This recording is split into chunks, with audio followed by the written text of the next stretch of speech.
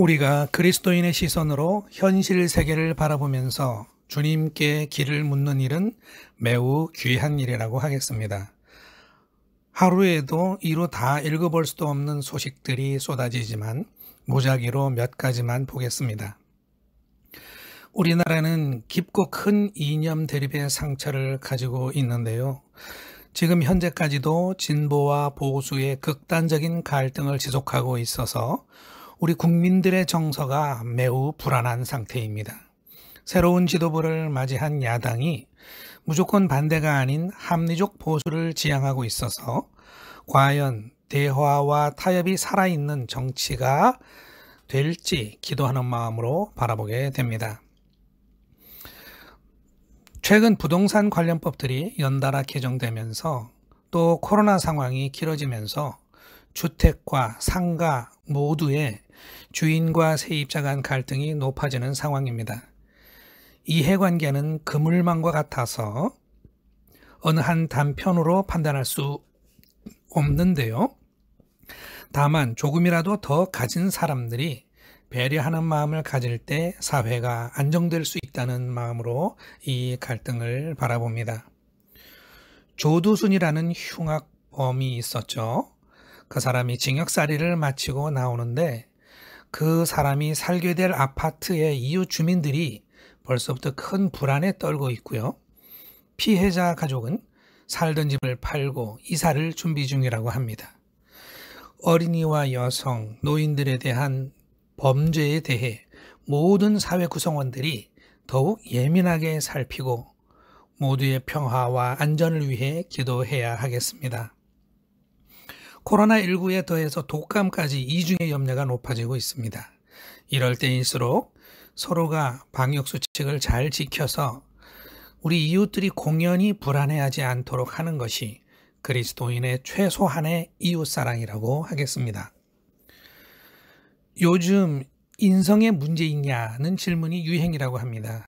그만큼 요즘 우리 사회가 서로의 인격성에 실망을 많이 하고 있다는 방증이겠죠.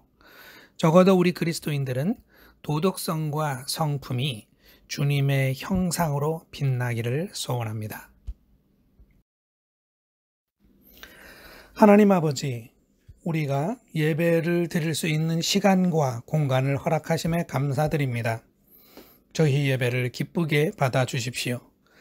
하나님께서 어려운 시대 환경을 보살피셔서 이 땅을 살아가는 주의 백성들이 평안케 하여 주십시오. 우리 국민들의 눈과 귀가 극한 대립의 정치가 아니라 대화와 타협의 성숙한 정치를 보게 하여 주십시오. 주거의 공간을 둘러싸고 권리 다툼을 하게 된 저희 이웃들을 불쌍히 여겨 주십시오. 우리 모두의 일상적 안전이 소수의 흉악한 범죄자들에 의해 갑자기 파괴되는 해악으로부터 저희를 지켜주시고 우리 사회의 구성원들이 성숙한 인격으로 세워지게 하여 주십시오. 코로나19가 여전히 걱정스러운데 추가로 독감이 겹쳐서 올까 염려하고 있습니다. 하나님 저희에게 긍휼을 베풀어 주십시오. 하나님 아버지, 금주는 우리 사회의 큰 명절인 추석입니다. 가족 단위로 이동과 만남이 있을 때 교통안전과 질병의 안전을 지켜주시고 각 가정들마다 큰 평화로 함께하여 주십시오. 명절이 오히려 쓸쓸한 날이 되는 사람들을 기억하오니 그들의 심령과 형편에 주님의 자비로운 손길로 어루만져 주십시오. 특별히 자라나는 청소년들이 학업과 생활과 건강에 많은 어려움이 있는 줄 아오니 저들을 주님께서 특별하신 지혜와 관심으로 인도하여 주십시오. 예배를 통해 하나님께 드리는 저희의 감사 고백과 순종을 받아주시고 하나님 아버지의 나라가 이 세상에 드러나도록 주의 백성에게 힘과 지혜를 주십시오. 저희에게 주의 영광을 노래하는 즐거움을 날마다 더하여 주십시오. 우리의 인도자 예수 그리스도의 이름으로 기도드립니다. 아멘. 우리는 복된 소망, 곧 위대하신 하나님과 우리 구주 예수 그리스도의 영광이 나타나기를 고대합니다. 디도서 2장 13절 말씀. 교우 여러분 안녕하십니까? 우리네 생활이 언제는 그렇게 편했겠습니까마는 올 2020년은 참 유난히도 불편하고 불안한 날들을 계속 보내는 것 같습니다. 여러분, 살면서 행복했던 순간들이 언제였습니까? 그리고 또 불행했던 순간들은 또 언제였습니까? 참 이상한 사실은 모두가 삶을 사는데 그 삶이 쉽다고 말하는 사람을 찾기 어렵고 그 삶이 만족스럽다, 행복하다 하는 사람을 찾아보기 매우 어렵다는 것입니다. 대부분의 사람들에게 자기 삶의 기억은 지우고 싶은 얼룩들로 채색되어 있는 것 같습니다. 불안, 불행은 피하고 싶은 것이 모든 사람들의 같은 바람이지만 유감스러운 것은 다가오는 불행이 언제 어디서 올지 알 수 없다는 것이죠. 작년에 우리나라에서 교통사고로 돌아가신 분이 3,349명이라고 합니다. 이분들이 언제 어디서 사고가 날지 알 수 있었다면 얼마나 좋았을까요?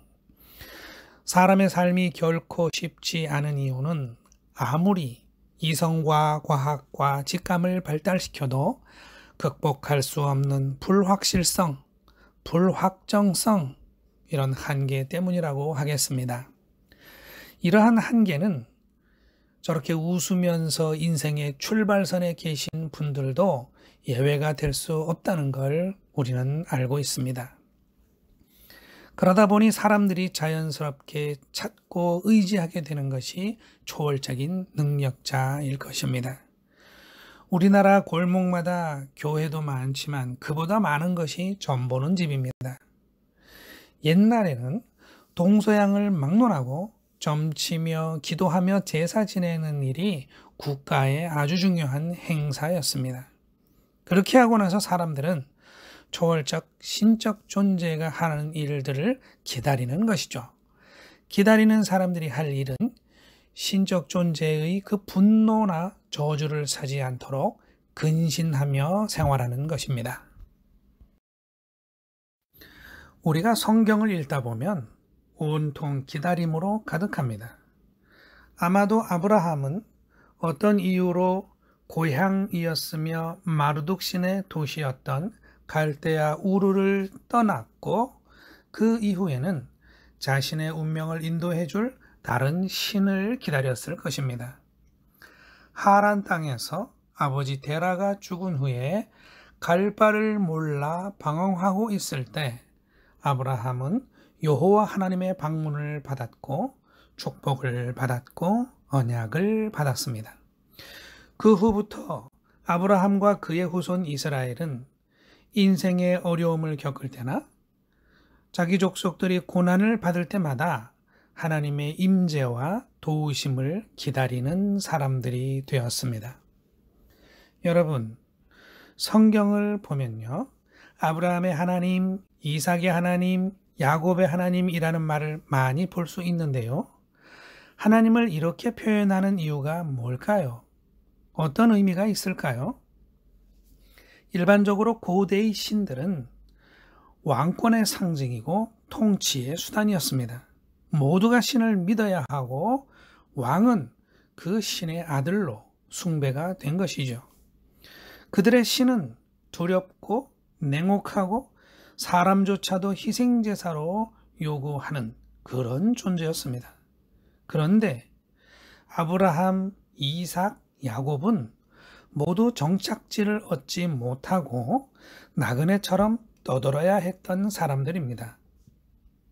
이것은 그런 정처 없는 나그네들에게도 자신들을 돌보아 줄 신이 생겼다는 것이고 또 그들의 여호와는 그런 처지의 사람들을 돌보는 자비로운 성품의 신이라는 것이죠.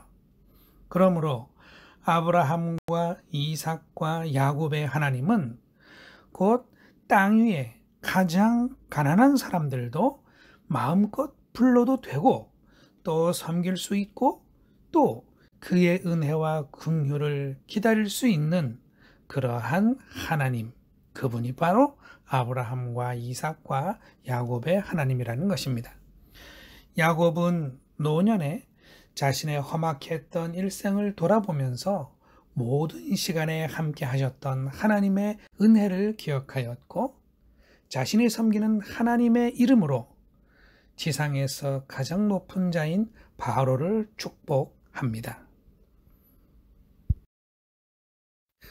애굽 땅에서 고난받던 이스라엘에게도 믿고 탄원할 수 있는 여호와라는 신이 있었습니다. 가나안에서 힘센 민족들이 연신 침략을 하여 사람과 재산을 빼앗아가는 고통을 겪을 때에도 이스라엘에게는 구원을 의뢰할 하나님을 소유하고 있었습니다. 마침내 이스라엘도 독립왕국을 가질 수 있는 시기가 있었는데, 그때에도 왕들은 여호와 하나님을 자신들보다 지극히 높으신 분으로 섬겼습니다. 바벨론 포로라는 엄혹한 시기에도 이스라엘은 하나님을 부르며 부르짖었습니다. 민족적 고난으로 개인적 고난 앞에서 이스라엘 사람들은 하나님을 불렀고 그의 역사를 기다렸으며 그 기다림 자체로도 위로를 얻을 수 있었습니다. 먼 옛날부터 지금까지 하나님의 이름을 부르는 사람들이 세워졌고, 알 수 없는 운명과 견디기 힘든 고난 앞에서 하나님의 긍휼을 기다렸습니다. 여호와께서 시온의 포로를 돌려보내실 때에 우리는 꿈꾸는 것 같았도다. 시편의 말씀입니다. 너는 이방 나그네를 압제하지 말라. 너희가 애굽 땅에서 나그네 되었은즉 나그네의 사정을 아느니라. 출애굽기의 말씀이죠. 고아와 과부를 위하여 정의를 행하시며 나그네를 사랑하여 그에게 떡과 옷을 주시나니. 신명기의 말씀입니다. 여호와와 같은 이가 누구냐? 그는 가난한 자를 그보다 강한 자에게서 건지시고 가난하고 궁핍한 자를 노력하는 자에게서 건지시는 이라. 시편의 말씀이십니다. 하나님께서는 이스라엘이 포로가 되었을 때 그들을 위한 하나님이 되어 주셨고, 또 하나님께서는 나그네, 고아, 과부로 상징되는 이 땅 위에 가장 연약한 사람들에게 하나님이 되어 주시는 분이셨습니다. 그렇다고 해서 하나님이 보잘것없는 작은 신이라는 뜻은 결코 아니죠. 온 세상을 창조하신 분이고 가장 크고 강한 손으로 진노를 발하시는 분이시면서 가난하고 궁핍한 자를 건져주시는 자비로우신 하나님이십니다. 나라를 잃은 지 수백 년의 고통을 겪으면서 이스라엘은 메시아를 기다렸습니다. 메시아는 모세의 율법과 다윗의 왕권을 겸비한 구원자입니다. 이스라엘은 고통 있는 곳에서 하나님을 기다렸고 메시아를 기다렸습니다. 그 기다림의 어느 한때에 마침내 하나님의 아들 예수 그리스도 메시아가 오신 것이죠. 세상에 태어나 한 번 생애를 살아가는 우리 인간은 매우 연약하고 어리석은 존재입니다. 안다고 하지만 실상은 아는 것이 별로 없습니다. 본다고 하지만 실상은 제대로 보는 눈을 가지고 있지 못합니다. 어디를 다치고 병이 들어도 저절로 낫기를 바랄 뿐이지 스스로 고치지 못합니다. 그런 연약함과 어리석음으로 주어진 오늘을 살고 알 수 없는 내일을 맞이합니다. 하나님께서 사람을 이렇게 만드신 것이죠. 그것은 사람이 필연적으로 운명적으로 하나님을 찾고 의지하도록 하신 것입니다. 코로나19의 때를 맞이하고 보니까 그동안 사람이 얼마나 교만했는가를 알게 됩니다. 사람의 무기력함을 이렇게 느껴본 적이 또 있을까 싶습니다. 우리가 또 가정마다 간의 경제를 좀 일으켜 보려고 해도 무엇을 해야 할지, 또 그 무엇을 어떻게 해야 할지 아는 바가 없이 우왕좌왕하는 사이에 주어진 일생의 시간이 지나가곤 합니다. 날로 험악해가는 타인들의 얼굴들, 그것을 바라보는 것도 이제는 당연하고 보통이 되어서 이상하게 여겨지지도 않습니다. 환경오염이나 한반도 정세 같은 그런 말들은 나 한 사람에게 직접적인 영향으로 다가오는데도 불구하고 내가 어떻게 손을 쓸 방도가 전혀 없는 너무나 크고 머나먼 일이죠. 구약 성경을 보면 사사시대 끝 무렵에 이스라엘 민중들이 사무엘을 찾아가서 말하죠. 우리에게 왕이 필요합니다 하고 말입니다. 그때 그들은 왕이 없는 족속으로 사는 것이 너무 힘들어서 그랬던 것이죠. 오늘을 사는 우리도 별반 다를 것이 없습니다. 오늘을 사는 우리 모두에게도 왕이 필요합니다. 그래서 민주적 제도를 통해서 정권을 창출해 내지요. 하나님의 백성된 우리에게는 특별히 하나님의 기름 부음 받은 메시아가 필요합니다. 이것은 조금이라도 자기 삶을 냉정하게 바라보는 사람이라면 두말할 필요도 없는 명백한 사실입니다. 우리가 믿는 예수 그리스도는 하나님의 아들이자 우리를 예배의 자리로 인도하시는 거룩한 대제사장입니다. 예수 그리스도는 모세의 율법을 완전히 성취하신 분이고 창조주 하나님의 우편에서 세상을 다스리는 만왕의 왕입니다. 예수 그리스도는 하나님의 기름 부음을 받은 메시아입니다. 그러므로 우리 하나님의 백성들에게 메시아는 이미 오신 분이죠. 예수님의 12 제자 중 한 사람이었던 안드레는 예수를 만나고 나서 그가 바로 대망의 메시아였음을 알 수 있었습니다. 예수님의 제자들은 예수가 행하는 놀라운 일을 보면서 제자가 된 사람들입니다. 그동안 신의 아들이라 하는 사람들은 모두가 강력한 왕권을 가지고 자기 나라의 백성들을 강력 통치하는 절대 군주들이었습니다. 예수님이 오시던 당시에도 로마 제국의 1대 황제 아우구스투스가 등극하였는데 그 이름의 뜻도 신의 아들이었죠. 그런데 예수님은 자기 사역을 통해 신의 아들임을 계속 증명하면서도 늘 이 땅의 가장 미약한 사람들 곁에 머물렀습니다. 하나님도 가장 미약한 나그네, 고아, 과부, 포로된 이스라엘의 하나님이 되어 주셨었는데 예수님 또한 그런 하나님의 아들로서 이 땅의 미약한 자들을 고치시고 먹이시고 가르치시고 인도하셨습니다. 그리고 죽음에 이르기까지 돌봄의 사역을 중단하지 않았습니다. 예수가 메시아라는 증거는 어둠의 빛을 비추고 죽음의 생명을 주는 그의 사역에서 너무나 명백히 드러났습니다. 그러므로 구약의 이스라엘 사람들이 아직 오지 않은 메시아를 기다리고 살았다면 예수 그리스도 이후로 모든 하나님의 자녀들은 메시아를 만날 수 있고 그분의 돌봄 아래 구원을 얻을 수도 있는 그런 상태에 있게 되는 것입니다.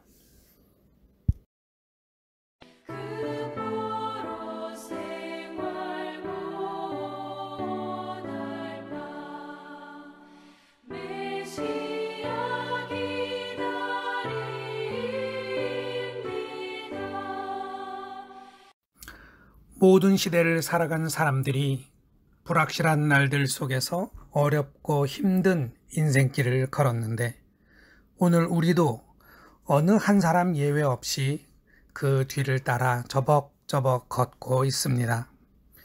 그 암울한 줄에서 메시아를 기다리는 사람은 생명이 있는 사람입니다. 우리가 기다리는 생명과 구원의 메시아는 이미 오셔서 우리 곁에 계신 메시아입니다. 그러므로 우리의 기다림이란 잠시 잃어버렸던 것을 되찾는 일이 되는 것이죠. 그래서 주님은 깨어 있으라는 말씀을 남기신 것이죠. 우리는 메시아를 기다리는 마음으로 각박한 현재에 매몰된 자아를 깨어나게 해야 하겠습니다. 이미 오셔서 계신 주님을 다시 찾으리라 하는 내 의지를 능동적으로 발동해야 하겠습니다. 찾으면 반드시 찾을 것이라는 것이 주님의 약속입니다. 우리 메시아는 우리를 돌보실 것입니다. 우리를 고쳐주실 것입니다. 우리를 먹여주실 것입니다. 우리를 가르쳐 주실 것입니다. 우리를 인도하실 것입니다. 가정사랑교회 교우 여러분, 쉽지 않은 인생길, 오늘 하루, 이번 한 주간도 다시 찾은 메시아와 함께 구원의 행복을 누리시기를 간절히 축원합니다. 아멘.